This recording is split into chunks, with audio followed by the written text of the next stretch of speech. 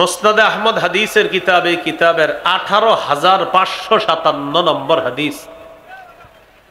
এই হাদিসের বর্ণনাকারী বারা ইবনে আযিব রাদিয়াল্লাহু তাআলা আন, তিনি বলেন, খরাজনা মা রাসূলিল্লাহি সাল্লাল্লাহু আলাইহি ওয়াসাল্লাম ফি জানাজাতি রাজুলিন মিনাল আনসার। রাসূলুল্লাহ সাল্লাল্লাহু আলাইহি ওয়াসাল্লামের সাথে এক আনসারী সাহাবীর জানাজা পড়ার জন্য আমরা বের হলাম। হাত্তা ইনতাহাইনা ইলাল কবরি ওয়ালাম্মা ইউলহাদ, কবরের কাছে পৌঁছে গেলাম, যে কবরের মধ্যে এখনো লাশ রাখা হয় নাই। নবীর সাথে এক আনসারী সাহাবীর জানাজায় বের হলাম, কবরের কাছে পৌঁছে গেলাম, কবরে এখনো লাশ রাখা হয় নাই। ফাজালাসা রাসূলুল্লাহ সাল্লাল্লাহু আলাইহি ওয়াসাল্লাম, নবীজি বসে গেলেন, নবীজি কবরের সামনে বসে গেলেন। ওয়া জালাসনা হাওলা, আমরাও কবরের সামনে বসে গেলাম। ফি ইয়াদিহি উদুন ইয়ানকুতু বিহি ফিল আরদ, নবীজির হাতে একটা লাঠি, এই লাঠি দিয়ে নবীজি জমিনে আঁকাআঁকি করতেছে, এইভাবে এইভাবে। নবীজি নিচের দিকে তাকায় আছে, আমরা সবাই নবীজির দিকে তাকিয়ে আছি। প্যান্ডেলের নিচে যে শ্রোতা ভাইয়েরা আছেন, আপনারা বুঝতেছেন তো ওয়াজ? আচ্ছা, রাসূলুল্লাহ সাল্লাল্লাহু আলাইহি ওয়াসাল্লাম কবরের পাশে বসলেন, আমরাও বসে গেলাম, আমরা নবীজির দিকে তাকায় আছি। নবীজি একটা লাঠি দিয়ে মাটিতে আঁকাআঁকি করতেছে, আমরা সবাই নবীর দিকে তাকায় আছি। কাআন্না আলা রুউসিনা আত-তায়র, এমন ভাবে আমরা বসা যেন আমাদের মাথার উপর পাখি বসা, এমন ভাবে নবীজির সামনে বসা। ফারাফা রাসা, নবী মাথা উঠাইলেন। মাথা উঠানোর পর কবরকে লক্ষ্য করে কবর দেখায়া বললেন, ইস্তাইযু বিল্লাহি মিন আযাবিল কবরি মাররাতাইনি আও সালাসা। ও সাহাবীরা, তোমরা কবরের আযাব থেকে আল্লাহর কাছে পানা চাও। এই কথাটা 2 বার বা 3 বার বললেন। তোমরা কবরের আযাব থেকে আল্লাহর কাছে পানা চাও, এই কথাটা 2 বার বা 3 বার বললেন। কেন বললেন? ফাইন্নাল আবদাল মুমিনা ইযা কানা ফি ইনকিতাইম মিনাদ দুনিয়া ওয়া ইকবালিম মিনাল আখিরাহ, ইমানদার বান্দা যখন দুনিয়া থেকে বিদায় নেওয়ার সময় হয়, আখিরাতের দিকে ইমানদার যখন রওনা করে, নাযালা ইলাইহি মালাইকাতুম মিনাস সামা বিদুল ওয়ুজুহ। কি হলো হঠাৎ ভাইয়া?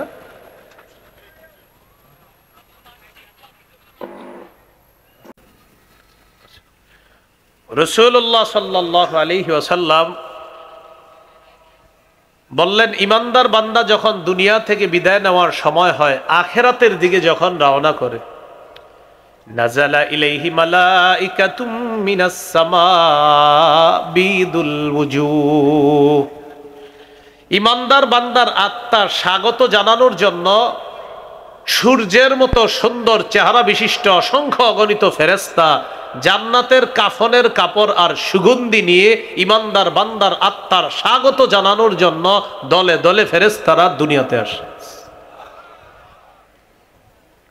হাত্তা ইয়াজলিসু মিনহু মাদ্দা বাসারিহি, ইমানদারের নজর যেই পরিমাণ যায়, দৃষ্টির শেষ সীমানা পর্যন্ত ফেরেশতারা 2টি সারি হয়ে বসে যায়।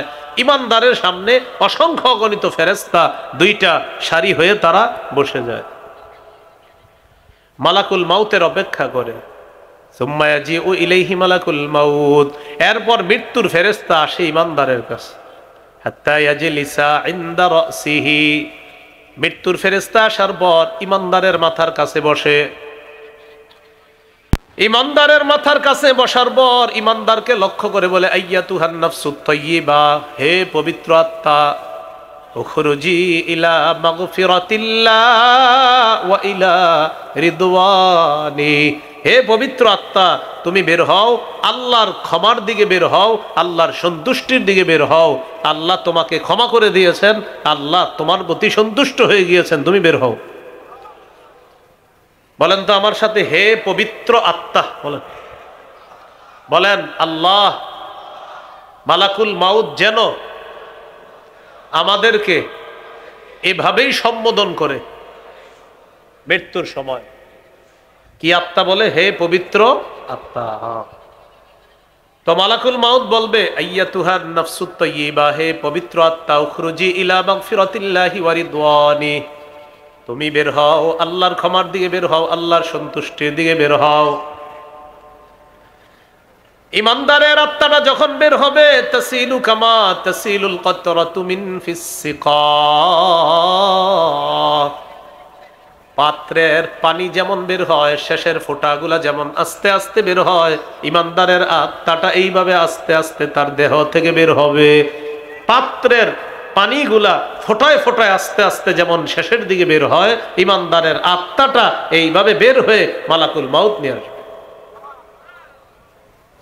সামনে কারা আছে দেখি, ওয়াজ বুঝছেন কিনা? সামনে কারা? এইখানে তো আপনারা। ইমানদারের সামনে কারা? মাশাআল্লাহ মাশাআল্লাহ। কারা? ফেরেশতারা অপেক্ষা করতেছে, তাড়াতাড়ি দাও, আত্মাটা দাও, আমাদের কাছে দাও। লাম ইয়াদউ ফি ইয়াদিহি তারফাতা আইন, মালাকুল মাউত আত্মাটা তার হাতে চোখের পলক পরিমাণও রাখতে পারবে না। সামনে যারা, তারা ফায়াখুজুনা, আত্মাটা নিবে, ফায়াজআলুনা ফিল কাফনি, জান্নাতের কাফনের কাপড়ের মধ্যে আত্মাটা রাখবে। রাখার পর আত্মাটা পেঁচাবে, পেঁচানোর পর সুগন্ধি মাখবে, মাখার পর ফায়াসআদুনা বিহা ইলাস সামা, ইমানদারের আত্মা নিয়ে ফেরেশতারা আসমানের দিকে রওনা করে। আমার আপনার যেন মরণটা এরকমই হয়। সুগন্ধি মাখার পর কাতিয়া বিরিহিন রিহি মিসকিন বুজিদাত আলা জহরিল আরদ, ইমানদারের আত্মা থেকে এমন সুন্দর সুগন্ধি বের হবে, সারা পৃথিবীটা সুগন্ধময় হয়ে যাবে। ফায়ামুরুনা বিহা আলা মালাইম মিনাল মালাইকা মা হাদিহির রূহুত তাইয়্যিবা, আত্মা বহনকারী ফেরেশতারা যখন যায়, এই ফেরেশতাদেরকে অন্য ফেরেশতারা জিজ্ঞাসা করে, মা হাদিহির রূহুত তাইয়্যিবা, এই পবিত্র আত্মা এটা কি? কার আত্মা? কোথায় নিয়ে যাও? আত্মা বহনকারী ফেরেশতারা জবাব দেয়, ফুলান ইবনু ফুলান, এটা অমুকের সন্তান, অমুকের আত্মা। এই আত্মা নিয়ে আসমানের দিকে আমরা রওনা করলাম। প্রথম আসমানের কাছে যায়, যাওয়ার পর আসমানের দরজা খুলে দেওয়ার অনুমতি চায়। ইমানদারের আত্মা নিয়ে প্রথম আসমানে প্রবেশ করবে, করার পর ফায়ুশাইয়্যুহু মিন কুল্লি সামাইন মুকাররিবুহা, যত ফেরেশতাদের সামনে দিয়ে ইমানদারের আত্মাটা নিয়ে যাবে, প্রত্যেকটা ফেরেশতাদের দল স্বাগত জানাতে জানাতে আত্মা পরবর্তী আসমানে পাঠায়া দিবে। এক আসমান, দুই, এইভাবে করতে করতে হাত্তা ইউনতাহা বিলহা ইলাস সামাইস সাবিআ, আত্মাটা সপ্তম আসমানে নিয়ে যাবে। সুবহানাল্লাহ। কার আত্মা? ইমানদারের। বলেন কার আত্মা?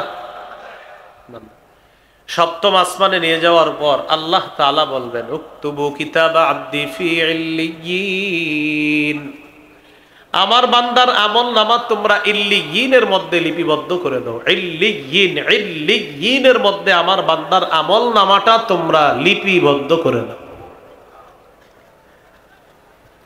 প্রিয় মুসলমান ভাইয়েরা, যদি আমার আপনার মৃত্যুর পর ইল্লিয়িনের মধ্যে আমল নামাটা খালি লিপিবদ্ধ করানো যায়, বাস জান্নাতের কাগজপত্র রেডি হয়ে গেল। এখন কিছু ধাপ বাকি আছে, শুধু নিয়ম মেনটেন করিয়ে আল্লাহ তাআলা জান্নাত দিয়ে দিবেন। এই জন্য খুব বেশি দোয়া করা, আমি আপনাদের জন্য, আপনারা আমার জন্য, যেন আমাদের মৃত্যুর পর প্রথম আমল নামাটা ইল্লিয়িনের মধ্যে লিপিবদ্ধ করাইতে পারি। আল্লাহ তৌফিক দান করেন। এবার আমার সাথে তিনটি কথা বলতে হবে। দেহ, আত্মা, আমল নামা। দেহ কবরে, আত্মা সপ্তম আকাশে, আমল নামা ইল্লিয়িনে। এবার আপনারা বলেন, দেহ কোথায়? আত্মা, আমল নামা ইল্লিয়িনের মধ্যে। দেহটা আমরা কবরে রেখে আসলাম, রেখে আসার পর সপ্তম আসমানে হলো আপনার আত্মাটা। আল্লাহ তাআলা ফেরেশতাদেরকে বলবেন, আইদুহু ইলাল আরদ, আমার বান্দার আত্মাটা জমিনের মধ্যে আবার নিয়ে যাও। কবরের মধ্যে তার দেহ আছে, দেহের মধ্যে তার আত্মাটা ফিরিয়ে দিয়ে দাও। তুআদু রূহুহু কামা কানা তুআদু রূহুহু ফি জাসাদিহি কামা কান। ইমানদারের আত্মাটা তার দেহের মধ্যে ফিরিয়ে দেওয়া হবে, যেমন ছিল আত্মা আবার তার দেহের মধ্যে ফিরিয়ে দেওয়া হবে। ফায়াতিয়ানিহি মালাকান, দুইজন ফেরেশতা তার কাছে আসবে। আসার পর ফায়ুজলিসানিহি, তাকে বসাবে। বসানোর পর ফায়াসআলানিহি, তাকে প্রশ্ন করবে। মার রব্বুকা, তোমার রব কে? জবাব দাও। বলেন কে? দিল থেকে কে? দিল থেকে আরো জোরে। এক নাম্বার প্রশ্ন, তোমার রব কি? ইমানদার জবাব দিবে রব্বি আল্লাহ, আমার রব হলেন আল্লাহ। দুই নাম্বার প্রশ্ন, মা দিনুকা, তোমার ধর্ম কি? জবাব দিবে দিনিয়াল ইসলাম, আমার দিন হলো ইসলাম। দিন কি? বলেন। জমিনে আসমানে আল্লাহর দিন একটাই, ইসলাম। জমিনে আসমানে দিন কয়টা? নাম কি? ইসলাম। আকীদাতুত তাহাবীতে আছে দীনুল্লাহি ফিল আরদি ওয়াস সামাই ওয়াহিদুন, আসমানে জমিনে দিন একটাই, ইসলাম। সূরা আলী ইমরানের 19 নম্বর আয়াতে আছে ইন্নাদ দীনা ইনদাল্লাহিল ইসলাম, আল্লাহর কাছে একমাত্র দিন হলো ইসলাম। ইবনে তাইমিয়া রাহমাতুল্লাহি আলাইহি বলেন মাল্লাম ইয়াকিররা বাতিনান ওয়া যাহিরান আন্নাল্লাহা লা ইয়াকবালু দীনান সিওয়াল ইসলাম ফালাইসা বিমুসলিমিন। কেউ যদি মুখে অথবা অন্তরে এই কথা স্বীকার না করে যে আল্লাহ তাআলা ইসলাম ছাড়া অন্য কিছু গ্রহণ করবে না, এটা যদি কেউ স্বীকার না করে, স্বীকার করতে হবে। কি স্বীকার করতে হবে? মুখেও বলতে হবে আল্লাহ শুধুমাত্র ইসলাম গ্রহণ করবে, আল্লাহ শুধুমাত্র ইসলামকে দিন হিসাবে গ্রহণ করবে, এটা স্বীকার করতে হবে মুখেও অন্তরেও। কেউ যদি মুখে স্বীকার করে অন্তরে অস্বীকার করে, সে মুসলমান না। ফালাইসা বিমুসলিমিন, সে মুসলমান না। শাইখুল ইসলাম ইবনে তাইমিয়ার ফতোয়া। সূরা আলী ইমরানের 85 নম্বর আয়াতে আল্লাহ বলেন ওয়া মান ইয়াবতাগি গায়রাল ইসলামি দীনান ফালাই ইউকবালা মিন, যে ব্যক্তি ইসলাম ছাড়া অন্য কিছুকে দিন হিসাবে কামনা করবে, এটা কিছুতেই তার থেকে গ্রহণ করা হবে না। তাহলে 2 নাম্বার প্রশ্ন, তোমার দিন কি? সে জবাব দিবে কি? ইসলাম। 3 নাম্বার, ওমান হাদার রাজুলুল্লাযী বুইসা ফীকুম, এই মানুষটাকে চেনো কিনা যাকে তোমাদের মাঝে প্রেরণ করা হয়েছে? জবাব দিবে হাদা নবী মুহাম্মাদুন সাল্লাল্লাহু আলাইহি ওয়াসাল্লাম, তিনি হলেন আমার নবী মুহাম্মদ সাল্লাল্লাহু আলাইহি ওয়াসাল্লাম। ফেরেশতারা বলবে আইনা ওয়াজাদতা হাদা, আচ্ছা তুমি এই প্রশ্নের জবাব কোথায় পেয়েছো? ওই ব্যক্তি জবাব দিবে ক্বারাতু কিতাবাল্লাহ, আমি আল্লাহর কোরআন পড়েছিলাম, সেখান থেকে আলেমদের কাছ থেকে আমি জেনেছিলাম এই 3 প্রশ্নের জবাব। এই প্রশ্নের জবাব জেনে আমি কবরের মধ্যে আসছি। আল্লাহ তাআলা ফেরেশতাদেরকে ডেকে বলবেন আন সাদাকা আব্দি, আমার বান্দা যা বলছে সত্য কথা, আমি আল্লাহ আমার বান্দাকে সত্যায়ন করে দিলাম, আমার বান্দার সব কথা সত্য কথা। এবার আল্লাহ বলবেন আফরিশুহু মিনাল জান্নাহ, আমার বান্দার কবরে জান্নাতের বিছানা বিছায়া দাও। ওয়া আলবিসুহু মিনাল জান্নাহ, তার শরীরে জান্নাতের পোশাক পরায়া দাও। ওয়াফতাহু লাহু বাবান ইলাল জান্নাহ, তার কবর থেকে জান্নাত পর্যন্ত একটা দরজা খুলে দাও। ফায়াতিহা মিন রিহিহা ওয়া তিবিহা, ওই দরজা দিয়ে জান্নাত থেকে অসংখ্য অগণিত নাজ নেয়ামত দেখা যাবে, আর জান্নাতের সুগন্ধি তার কবরে আসতে থাকবে, কবরটা জান্নাতের বাগান হয়ে যাবে। ফায়ুফসাহু লাহু ফি কবরিহি মাদ্দা বাসরিহি, তার কবরের মধ্যে নজর যেই পরিমাণ যাবে চারদিকে, এই পরিমাণ পর্যন্ত কবরটা চারদিকে প্রশস্ত করে দেওয়া হবে। কবরের জগৎটা তার দৃষ্টির শেষ সীমানা পর্যন্ত প্রশস্ত করে দেওয়া হবে। আর ওয়ায়াতানাওয়ারু লাহু, কবর আলোকিত হয়ে যাবে। কবর কি হবে? এই জন্য মোমবাতি টুমবাতি জ্বালানো দরকার নেই। হ্যাঁ, কি জ্বালানো দরকার নাই? কারণ ইমানের পাওয়ার থাকলে এমনি আলোকিত হবে, আলাদা মোমবাতি জ্বালানোর দরকার নেই। এই হলো ইমানদার বান্দার অবস্থা। ওয়া ইন্নাল আবদাল ফাজির ইযা কানা ফি ইনকিতাইম মিনাদ দুনিয়া ওয়া ইকবালিম মিনাল আখিরাহ, পাপাচার বান্দা যখন দুনিয়া থেকে বিদায় নেওয়ার সময় হয়, নাযালা ইলাইহি মালাইকাতুম মিনাস সামা সুদুল ওয়ুজুহ কালো চেহারা বিশিষ্ট একদল ফেরেশতা পাপাচারের সামনে আসে। মাহুমুল মাসু, সালার বস্তা থাকবে, সালার চট থাকবে সাথে। সুম্মা ইয়াজিউ ইলাইহি মালাকুল মাউত, তারপর মৃত্যুর ফেরেশতা আসবে। আসার পর তার মাথার কাছে বসবে। দেখলেই বড় ভয়ঙ্কর, মৃত্যুর ফেরেশতাকে ভয়ঙ্কর ভাবে দেখবে। মালাকুল মাউত তাকে ডেকে বলবে, আইয়াতুহান নাফসুল খাবিসা, হে খারাপ আত্মা, উখরুজি ইলা সাকাতিল্লাহ, তুই বের হ, আল্লাহ তোর উপর রাগান্বিত, তোর উপর গোসা, বের হ। পাপাচার বান্দাকে তার আত্মাটা বের করে আনা হবে। ওই বস্তা সালার চটের মধ্যে নিয়ে এটা পেঁচাবে, এত দুর্গন্ধ বের হবে, উজিদাত আলা জহরিল আর, পুরা দুনিয়া দুর্গন্ধযুক্ত হয়ে যাবে, ফেরেশতারা এই গন্ধ পাবে। আত্মা নিয়ে রওনা করে আসমানের দিকে। অন্য ফেরেশতারা বলে, মা হাদিহির রূহুল খাবিসা, এই খারাপ আত্মা কার? ফেরেশতারা জবাব দেয়, ফুলান ইবনে ফুলান, অমুকের সন্তান, অমুকের আত্মা। প্রথম আসমানের কাছে যাওয়ার পর বলেন তো, ইমানদারের আত্মা কত নম্বর আসমানে গিয়েছিল? পাপাচারের আত্মা প্রথম আসমানের কাছে যাওয়ার পর আল্লাহ তাআলা বলবে, এটাকে উপরে আনা দরকার নাই, এটারে আসমানে উঠানোই দরকার নাই। উক্তুবু কিতাবা আবদি ফি সিজ্জিন, তার আমলনামা সিজ্জিনের মধ্যে লিপিবদ্ধ করো। কিসের মধ্যে? সিজ্জিনের মধ্যে লিপিবদ্ধ করো। দেহটা আমরা কবরে রেখে আসছি। আল্লাহ বলবেন, আত্মাটা তার কবরে তার দেহের মধ্যে দিয়ে দাও। আত্মা তার কবরে দেহের মধ্যে দেওয়ার পর দুইজন ফেরেশতা আসবে, তাকে বসাবে, দেখেই সে ভয় পেয়ে যাবে।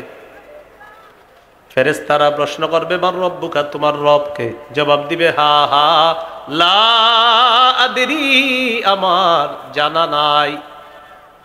ওমা দীনুকা, তোমার ধর্ম কি? জবাব দিবে, হা হা লা আদরি, আমার জানা নাই।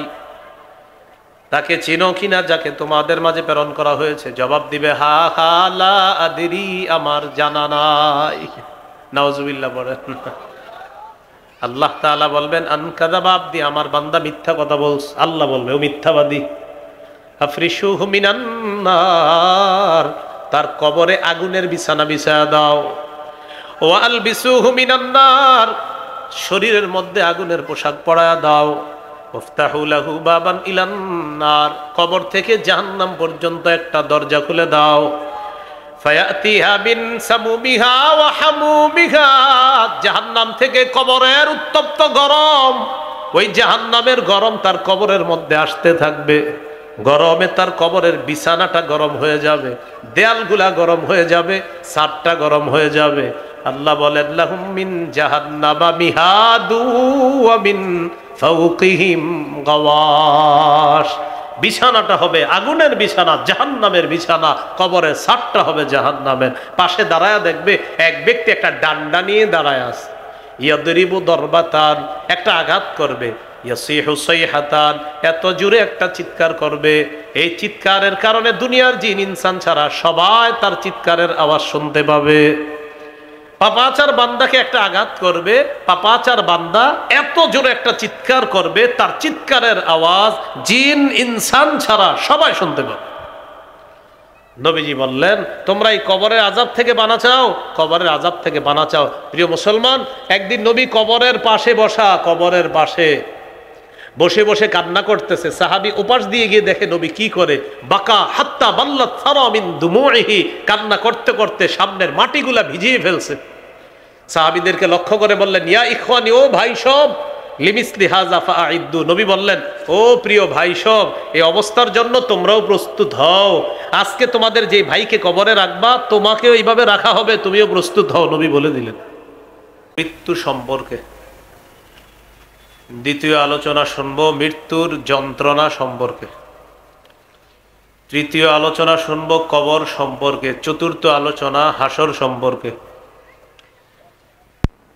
এরপরে সর্বশেষ হাসরের ময়দান থেকে দুইটা গ্রুপ হবে, একদল জাহান্নামে যাবে, আরেকদল জান্নাতে যাবে। এইভাবে আলোচনাটা সমাপ্ত হবে ইনশাআল্লাহ। তো জাহান্নাম জান্নাত ফায়সালার আগে দুনিয়ার জীবন, এটা কাটানোর পর আমাদের একদিন মৃত্যু চলে আসবে। দুনিয়াতে আমরা কেন আসলাম যদি মৃত্যু বরণ করতেই হয়? সূরা জারিয়াতের 56 নম্বর আয়াতে আল্লাহ বলেন, ওয়ামা খালাকতুল জিন্না ওয়াল ইনসা ইল্লা লিয়াবুদুন, জিন ইনসানকে আমি সৃষ্টি করেছি আমার ইবাদত করার জন্য। ইবাদত কতদিন করব? সূরা হিজরের ৯৯ নম্বর আয়াতে আল্লাহ বলেন, ওয়া'বুদ রাব্বাকা হাত্তা ইয়াতিয়াকাল ইয়াকিন, মৃত্যু আসা পর্যন্ত তুমি তোমার রবের ইবাদত করো। মৃত্যু এসে যাবে, কোনো সন্দেহ নাই। সূরা আনকাবুতের ৫৭ নম্বর আয়াতে আল্লাহ বলেন, কুল্লু নাফসিন যায়িকাতুল মাউত, প্রত্যেকটা নফস মৃত্যুর স্বাদ গ্রহণ করবে। সূরা আলী ইমরানের ১৮৫ নম্বর আয়াতে আল্লাহ বলেন, কুল্লু নাফসিন যায়িকাতুল মাউত, প্রত্যেকটা নফস মৃত্যুর স্বাদ গ্রহণ করবে। ওয়া ইন্নামা তুওয়াফাউনা উজুরাকুম ইয়াউমাল কিয়ামাহ, কিয়ামতের দিন তোমাদেরকে তোমাদের প্রতিদান পরিপূর্ণভাবে দেওয়া হবে, প্রাপ্য পরিপূর্ণভাবে বুঝিয়ে দেওয়া হবে। ফামান যুহজিহা আনিন নার, যাকে জাহান্নাম থেকে মুক্ত করা হবে, ওয়া উদখিলাল জান্নাহ, এবং জান্নাতে যাকে প্রবেশ করানো হবে, ফাকাদ ফাজ, সে সফলকাম হয়ে যাবে।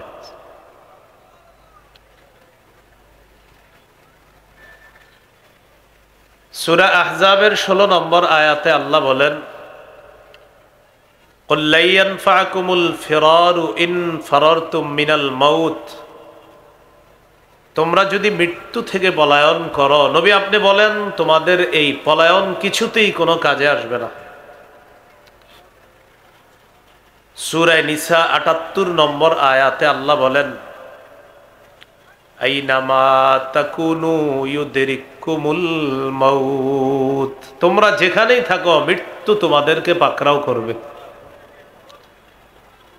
সূরা আরাফের ৩৪, সূরা ইউনূসের ৪৯ নম্বর আয়াতে আল্লাহ বলেন, লিকুল্লি উম্মাতিন আজাল ইযা জাআ আজালুহুম ফালা ইস্তাখিরুনা সাআতাও ওয়ালা ইস্তাকদিমুন।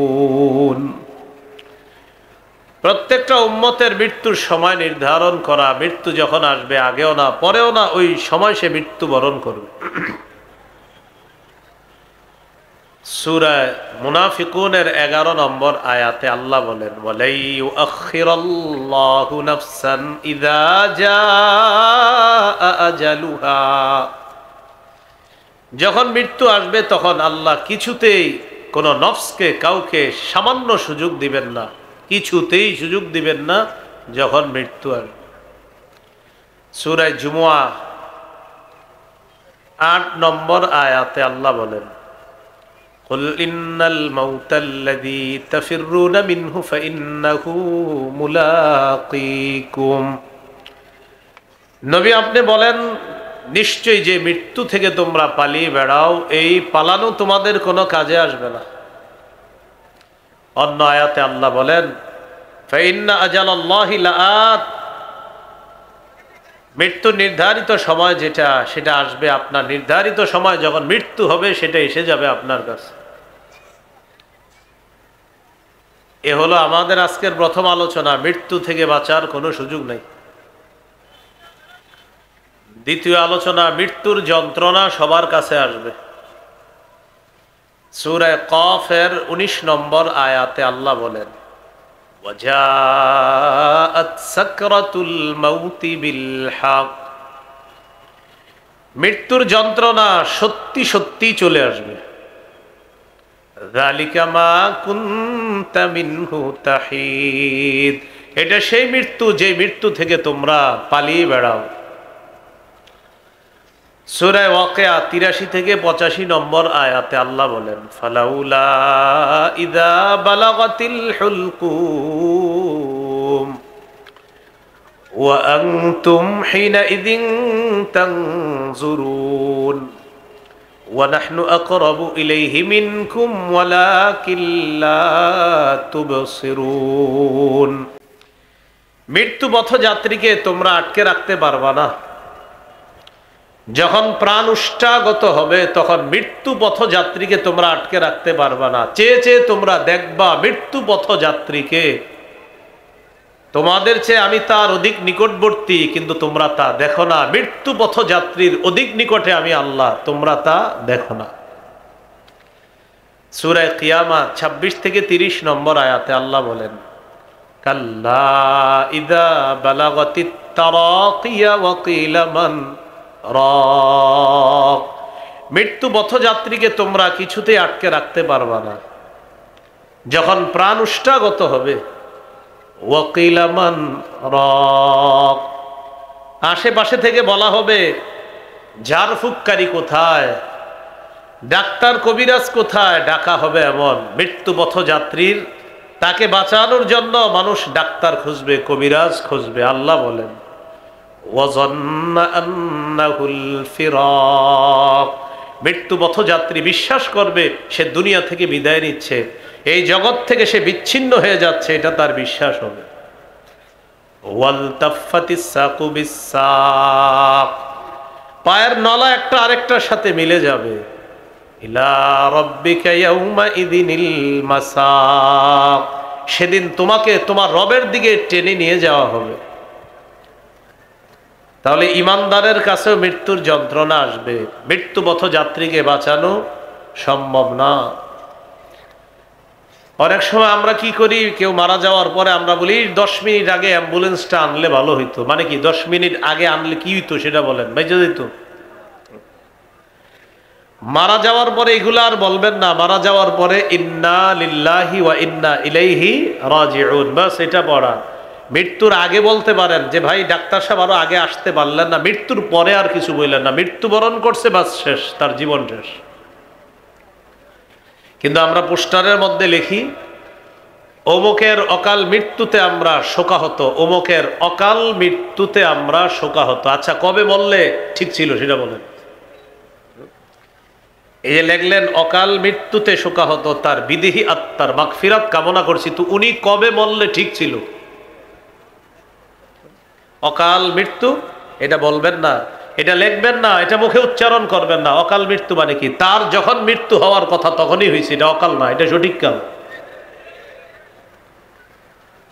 অকাল মৃত্যু বলবেন অকাল মৃত্যু বলবেন না। এই হলো মৃত্যুর যন্ত্রণা। মৃত্যুর যন্ত্রণা কাফেরদের কাছেও আসবে। সূরা আনআমের 93 নম্বর আয়াতে আল্লাহ বলেন, ওয়ালাউ তারা ইযিজ যালিমুনা ফি গামারাতিল মাউত, নবী আপনি যদি কাফেরদেরকে দেখতেন মৃত্যুর যন্ত্রণায় তারা কিভাবে ছটফট করে, এটা যদি আপনি দেখতেন। ওয়াল মালাইকাতু বাসিতু আইদিহিম, ফেরেশতারা তাদের হাতগুলা মেলে, তাদের ডানা মেলে তারা বলতে থাকে আখরিজু আনফুসাকুম, তোমরা তোমাদের আত্মা বের করে দাও।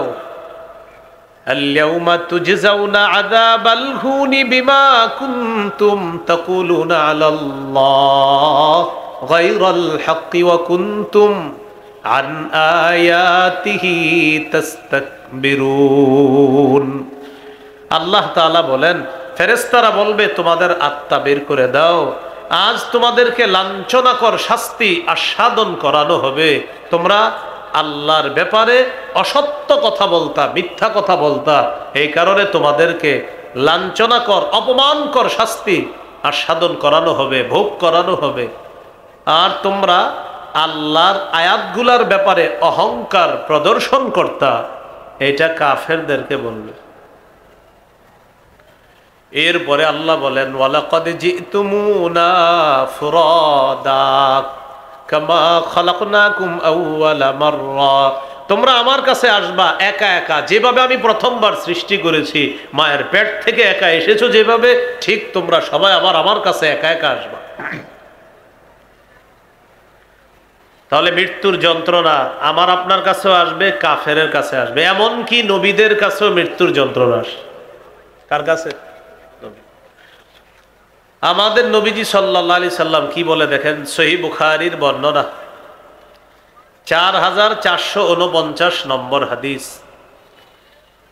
এই হাদিসের বর্ণনাকারী আয়েশা সিদ্দিকা রাদিয়াল্লাহু তাআলা আনহা তিনি বলেন, ইন্না মিন নিআমিল্লাহি আলাইয়া আন্না রাসূলুল্লাহি সাল্লাল্লাহু আলাইহি ওয়াসাল্লাম তুওফিয়া ফি বাইতি ওয়া ফি ইয়াউমি ওয়া বাইনা সাহরি ওয়া নাহরি।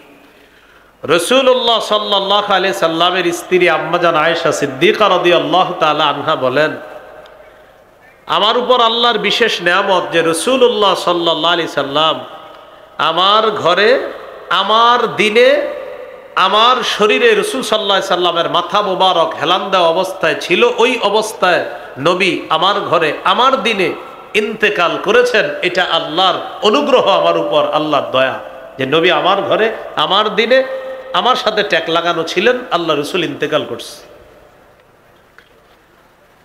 আরেকটা কি নেয়ামত, ওয়া আন্নাল্লাহা জামাআ বাইনা রিকি ওয়া রিকিহি ইনদা মাউতিহি।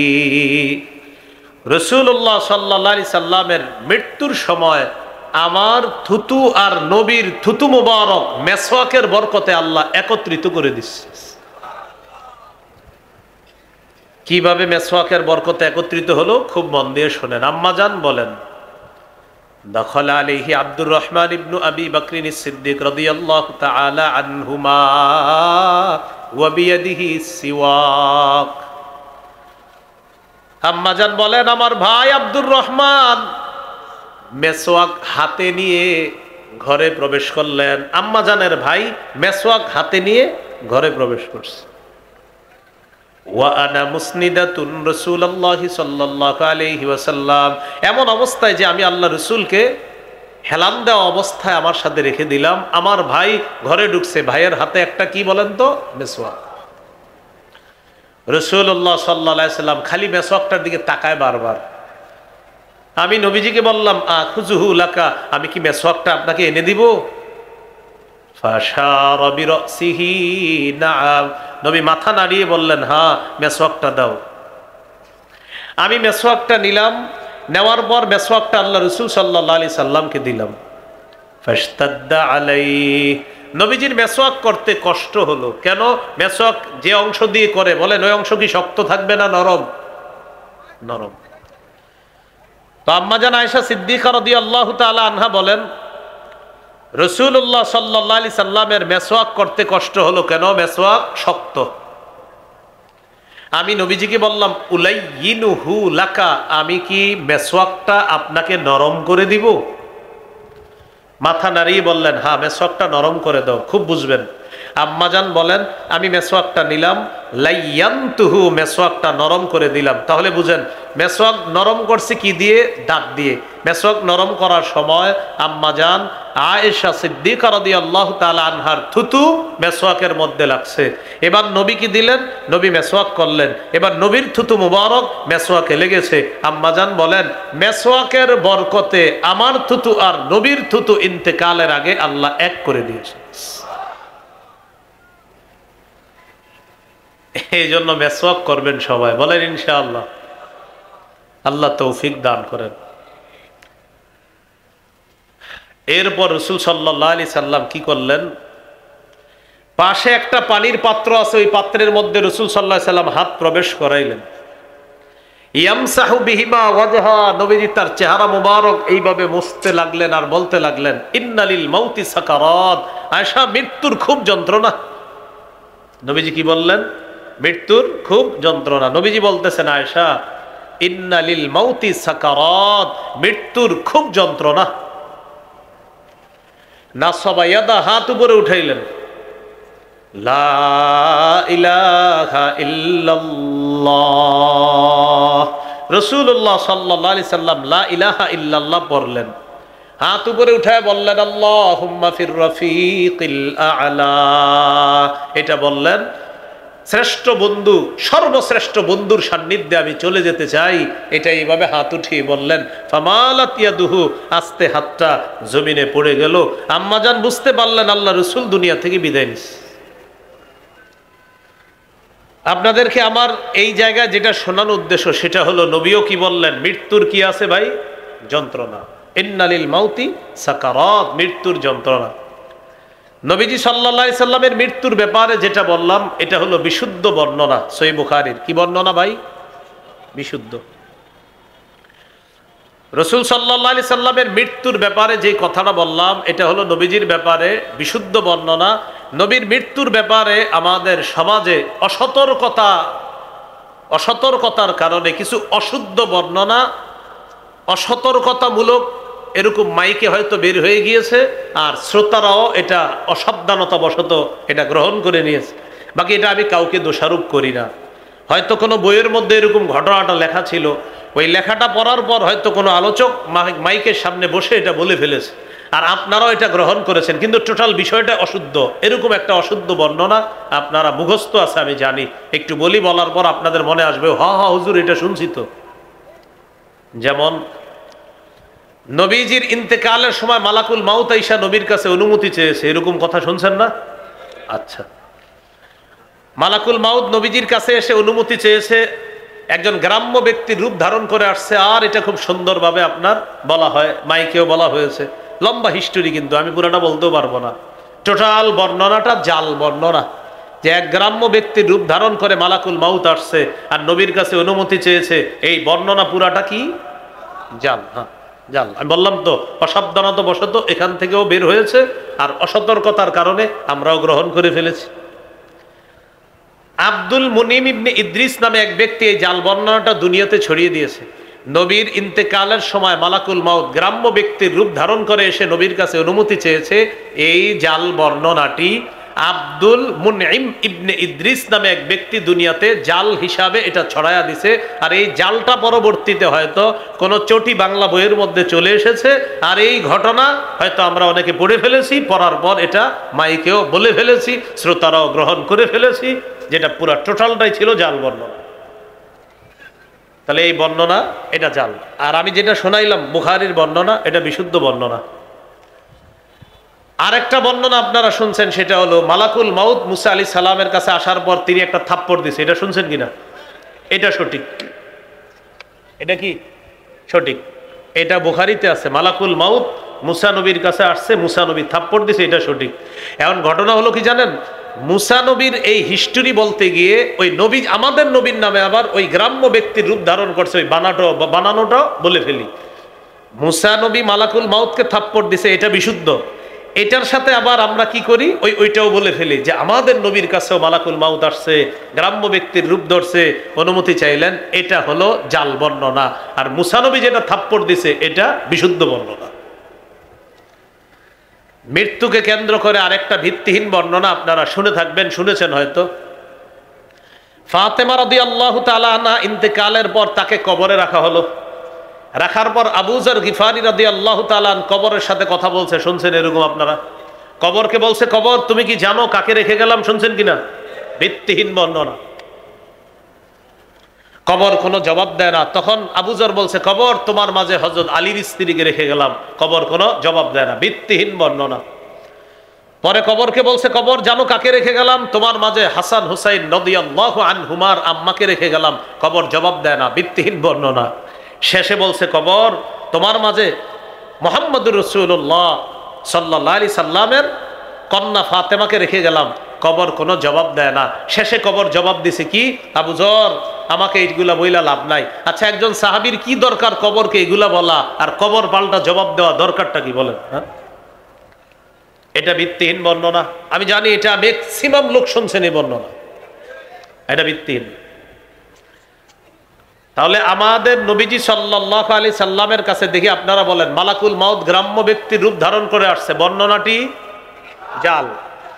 আমাদের নবীজি সাল্লাল্লাহু আলাইহি সাল্লাম ইন্তেকালের সময় পানিতে হাত দিছে, চেহারা মুছেছেন, আল্লাহুম্মা ফির রফিকিল আলা বলেছেন, মিসওয়াক করেছেন, এটা বিশুদ্ধ বর্ণনা। মালাকুল মাউতকে মুসা নবী থাপ্পড় দিয়েছেন, এটা বিশুদ্ধ বর্ণনা। ফাতেমা রাদিয়াল্লাহু তাআলা আনহাকে মৃত্যুর পর কবরে রেখে আবু যর গিফারি কবরের সাথে কথা বলেছেন, এটা অশুদ্ধ বর্ণনা, ভিত্তিহীন বর্ণনা। তাহলে আমরা এমন একটা জীবন দরকার, অশুদ্ধ আর বিশুদ্ধ পার্থক্য করে বিশুদ্ধটা গ্রহণ করা, অশুদ্ধটা বর্জন করা, এই মানসিকতা আছে সবার? আল্লাহ তৌফিক দান করেন। এই হলো আপনার মৃত্যুকে কেন্দ্র করে বিভিন্ন ঘটনা।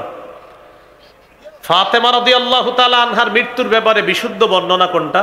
তিনি ইন্তেকাল করেছেন, তার স্বামী হযরত আলী জানাজা পড়িয়েছেন, তিনি দাফন করেছেন কবরে, এটা বুখারীতে আছে, এটা হলো বিশুদ্ধ বর্ণনা। তাহলে ওই আবু যর গিফারি রাদিয়াল্লাহু তাআলা আন কবরের সাথে কথোপকথন করা, এগুলা শুনে হয়তো আপনারা অনেকে কেঁদেছেন, প্রচুর কান্না করছেন। এই বর্ণনাগুলা টোটাল জাল বর্ণনা। আল্লাহ আমাদের সকলকে ভিত্তিহীন জাল বর্ণনা থেকে বাঁচার তৌফিক দান করেন। তাহলে মৃত্যু এক নাম্বার আলোচনা গেল। দুই নাম্বার মৃত্যুর যন্ত্রণা গেল। এলো আজকে তিন নাম্বার আলোচনা, মনে আসেনি? মৃত্যু, মৃত্যুর যন্ত্রণা, কবর। চার নাম্বার হাসর, কেয়ামতের ময়দান আল্লাহ কায়েম করবেন, সুনির্ধারিত কেয়ামতের ময়দান। সূরা নাবা 17 নম্বর আয়াতে আছে, ইন্না ইয়াউমাল ফাসলি কানা মিকাতা। কিয়ামতের ময়দানটা সুনির্ধারিত, বিচার দিবস সুনির্ধারিত। সূরা হুদের 104 নম্বর আয়াতে আছে, ওমা নুআখিরুহু ইল্লা লিআজালিম মা'দুদ। আমি কিয়ামতের দিবসটাকে মুলতবি করে রেখে দিলাম, কিয়ামত আল্লাহ সময় মতো ঘটিয়ে দিবেন।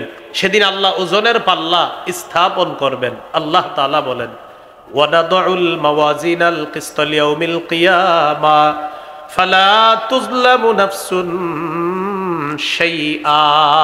আল্লাহ তাআলা বলেন, কিয়ামতের দিন আমি ইনসাফের দাঁড়িপাল্লা স্থাপন করব। সূরা আম্বিয়াতে আল্লাহ বলেন, কিয়ামতের দিন আমি ইনসাফের দাঁড়িপাল্লা স্থাপন করব।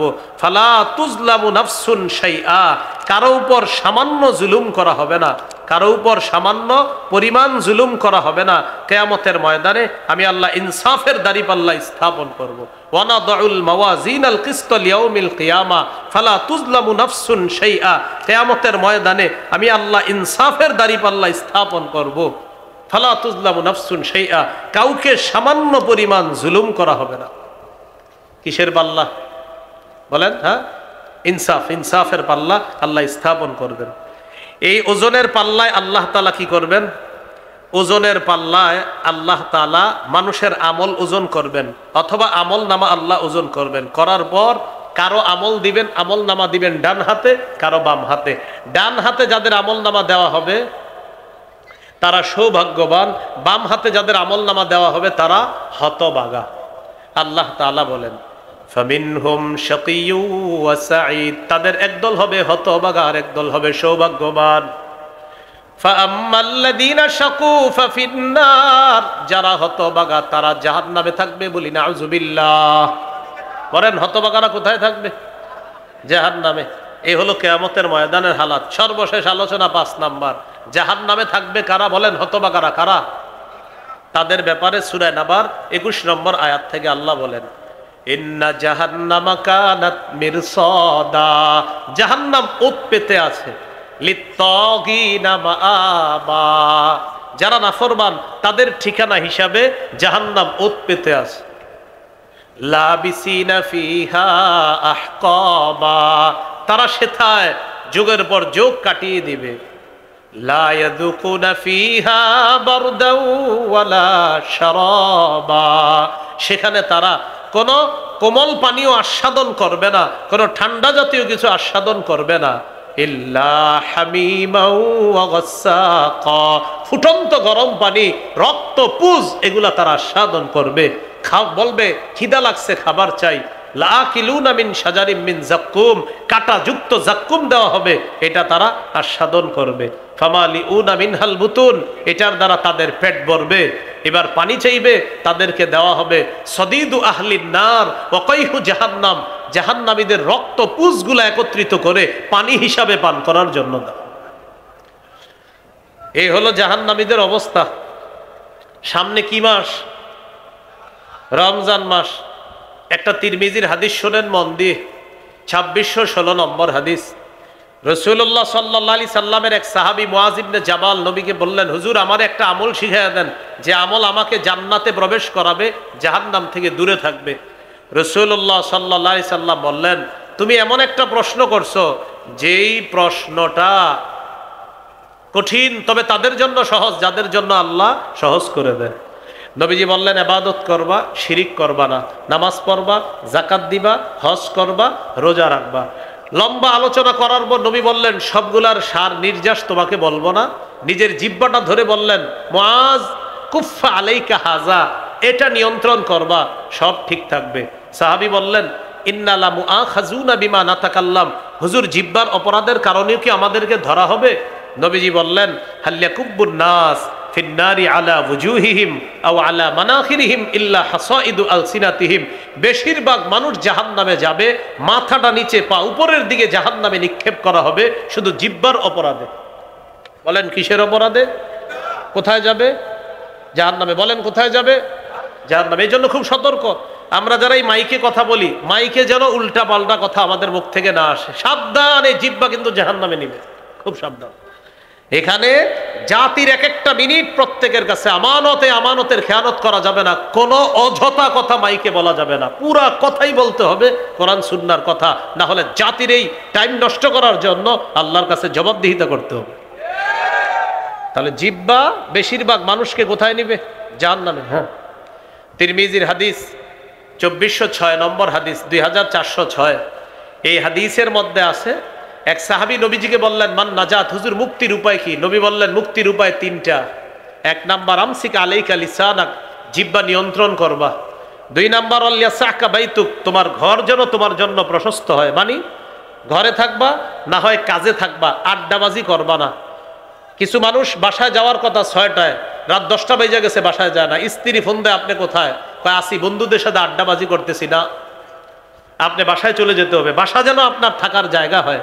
আপনি চিন্তা করে দেখেন আপনার মা বাবা স্ত্রীর সামনে যে গুনাহগুলা করতে পারেন না, এগুলা বাহিরে হয়ে যায় আপনার দ্বারা, কিন্তু তাদের সামনে এই গুনাহ করতে পারবে না। বোঝা গেল তাদের সামনে থাকাটা আপনি নিরাপদ থাকা, গুনাহমুক্ত থাকা।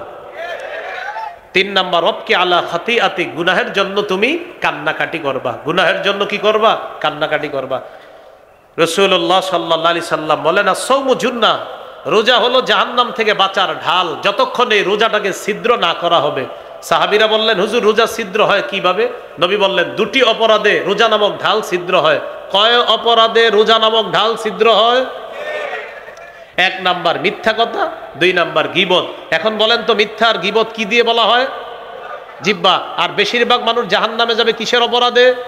মাশাআল্লাহ। আবার রোজা নামক ঢাল ছিদ্র হয় কয়টা অপরাধে? 1 মিথ্যা, 2 এই 2টা হয় কোন অঙ্গ দিয়ে? বেশিরভাগ মানুষ জাহান্নামে যাবে কোন অঙ্গের কারণে? তাহলে জিহ্বাকে নিয়ন্ত্রণ করতে হবে। তিরমিজির 2407 নম্বর হাদিস, এই হাদিসের মধ্যে আসছে রাসূল সাল্লাল্লাহু আলাইহি সাল্লাম বলেন ইদা আসবাহা ইবনু আদম ফাইনাল আযা কুল্লাহা তুকাফিরুল লিসান, আদম সন্তান যখন সকাল হয় তখন সমস্ত অঙ্গগুলা জিহ্বাকে ডাক দিয়া বলে ও জিহ্বা ইন্নামা নাহনু বিকা। পা জিহ্বাকে ডাক দেয়, হাত জিহ্বাকে ডাক দেয়, কান জিহ্বাকে ডাক দেয়, চোখ জিহ্বাকে ডাক দেয়, নাক জিহ্বাকে ডাক দিয়ে বলে ও জিহ্বা ইন্নামা নাহনু বিকা, আমরা তোমার অনুসারী, আমরা তোমার অনুসারী। ফাইন ইস্তাকামতা ইস্তাকামনা, তুমি ঠিক থাকলে আমরা ঠিক। ওয়া ইন ইওয়াজাজতা ইওয়াজাজনা, তুমি বাঁকা হলে আমরাও বাঁকা। জিহ্বাকে সব অঙ্গ প্রত্যঙ্গ বলে তুমি ঠিক থাকলে আমরা ঠিক, তুমি বাঁকা হলে আমরাও বাঁকা। তাহলে ভাই জিহ্বার গুনাহ থেকে বাঁচা। তিরমিজির 2410 নম্বর হাদিস, নবীর এক সাহাবী নবীকে বললেন মা আখওয়াফু মা তাখাফু আলাইয়া, হুজুর আমার ব্যাপারে সবচেয়ে বিপজ্জনক মনে করেন কি? নবী জিহ্বা ধরে বললেন এটা এটা এটা সবচেয়ে বিপজ্জনক, এটা এটা জিহ্বা সবচেয়ে বিপজ্জনক। তাহলে বলেন রোজা ছিদ্র হয় কয় অপরাধে? 1 কোন অঙ্গ দিয়ে হয়? বেশিরভাগ মানুষ জাহান্নামে যাবে কোন অঙ্গের কারণে? আল্লাহ আমাদের সকলকে জাহান্নাম থেকে বাঁচার জন্য আমলগুলা যেন বেশি বেশি করতে পারি, জাহান্নামের আযাব গজব থেকে যেন বাঁচতে পারি, কবরের আযাব গজব থেকে যেন বাঁচতে পারি। আল্লাহ যেন মৃত্যুটা আমাদের জন্য সহজ করে দেয়, আমিন। ওয়া আখিরু দাওয়ানা আলহামদুলিল্লাহি রাব্বিল আলামিন। ওই একটা ঘোষণা দিতে বলা হয়েছে, আমার একটা সংকলন আছে মিম্বরের আমানত, অনেক মানুষ আপনারা যাদের প্রয়োজন হয় গাড়ি থেকে সংগ্রহ করে নেবেন। 1 থেকে 8 খণ্ড মিম্বরের আমানত। প্রথম খণ্ড সন্তানের 64টা অধিকার, দ্বিতীয় খণ্ড শিরিক বেদাত, তৃতীয় খণ্ড হালাল হারাম, চতুর্থ খণ্ড স্বামী স্ত্রীর অধিকার, পঞ্চম খণ্ড লা ইলাহা ইল্লাল্লাহর ব্যাখ্যা, ষষ্ঠ খণ্ড নামাজ, সপ্তম খণ্ড পাক নাপাকের মাসালা, অষ্টম খণ্ড নামাজ সম্পর্কে আলোচনা। 1 থেকে 8 খণ্ড গাড়িতে আছে। গাড়ির কাচ না ভেঙে যদি কেউ পারেন সংগ্রহ করেন। হ্যাঁ, গাড়ির কাচ ভাঙা যাবে না, ওইভাবে সংগ্রহ করেন। অলরেডি কাচ ভাঙা হয়েছে কয়েকবার, তো এই জন্য আপনারা কিন্তু কাচ ভাঙেন না। সালামু আলাইকুম।